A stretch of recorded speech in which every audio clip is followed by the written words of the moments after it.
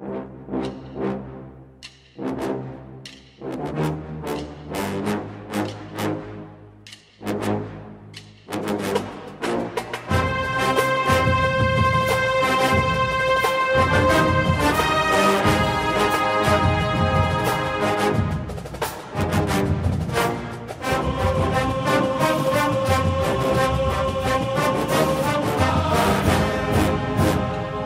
morning, Bucknutters. Welcome to the Morning 5 on Friday, November 14th, 2014. I am Dave Biddle.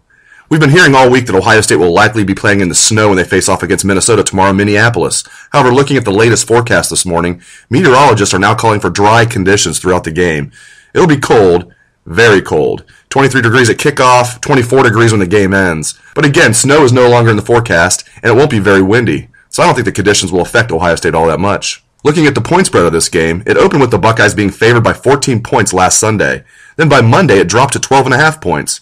It dipped as low as 12 points, and it was odd to me that most of the money was going the way of the Golden Gophers. But I just checked this morning, and the point spread is back up to 14. As for how I think this game will play out, I have the Buckeyes winning 31-13.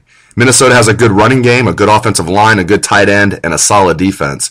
However, the Gophers are largely one-dimensional offensively. Quarterback Mitch Leidner threw the ball very well last week in a trouncing of Iowa, but he's usually not a guy that's going to beat you with his arm. I look for the Buckeyes to stack the box defensively, and I think they'll do a good job of containing Minnesota's standout running back, David Cobb.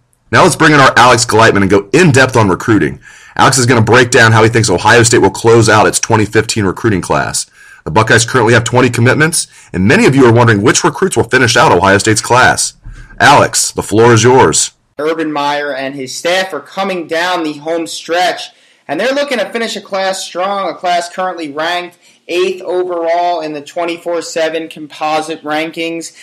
They possibly could move up, into that top 5, maybe even into the top 3, depending on who they finish with.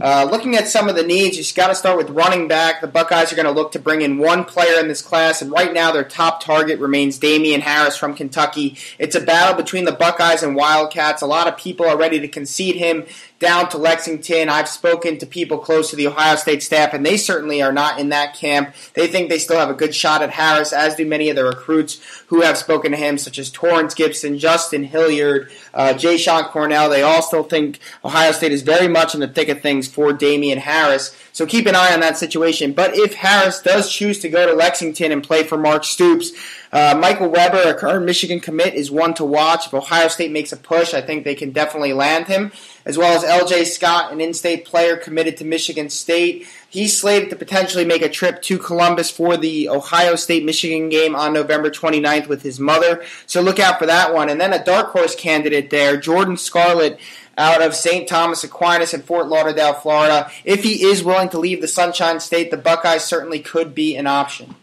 Moving on, another position of need is wide receiver, to put someone opposite of Alex Stump. Christian Kirk, more of a slot guy, seems to have really cooled on the Buckeyes.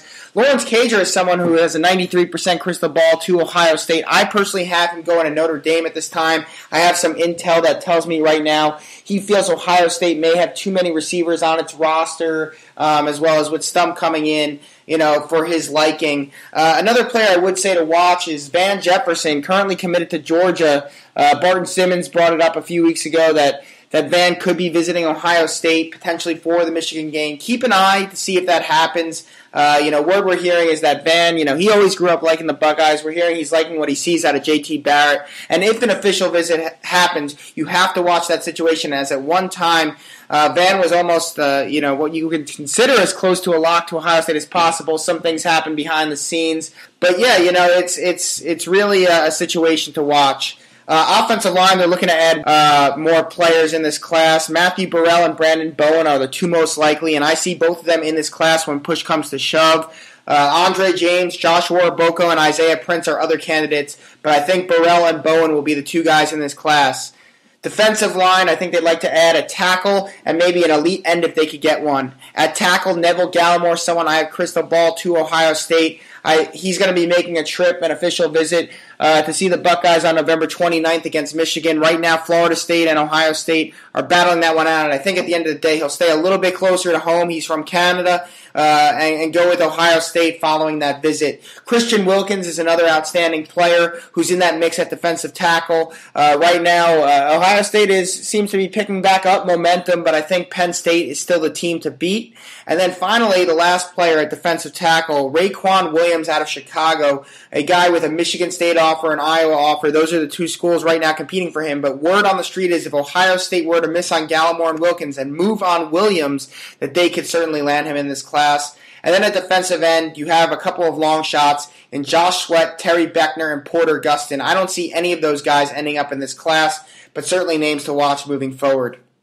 Finally, defensive back. Ohio State, with Carlton Davis's commitment in flux, missing out on Rashad Roundtree, there's certainly a possibility that the Buckeyes could add another defensive back in this class. Garrett Taylor out of Richmond, Virginia is certainly one to watch. McKelty Williams out of Indianapolis, a little bit less likely at this point. Looks like he might be headed to Nebraska. And then Anthony McKee, who's playing defensive back for his high school after playing linebacker the past 3 years, transferring over to Marion Franklin where he's playing some safety. The Buckeyes are going to give him another look there. Right now, Michigan State looks like the team to beat. Oklahoma's right there as well. But if Ohio State comes in with an offer, look for Ohio State to be a big-time player with Anthony McKee. Excellent stuff, Alex. Very detailed. Thank you very much.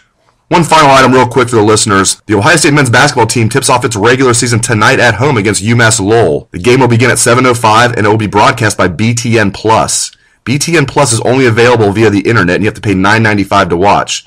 If you miss the game, don't worry. We'll have coverage on the site tonight. I'm excited to see the new guys like freshman D'Angelo Russell and Keita Bates-Diop and Temple transfer Anthony Lee.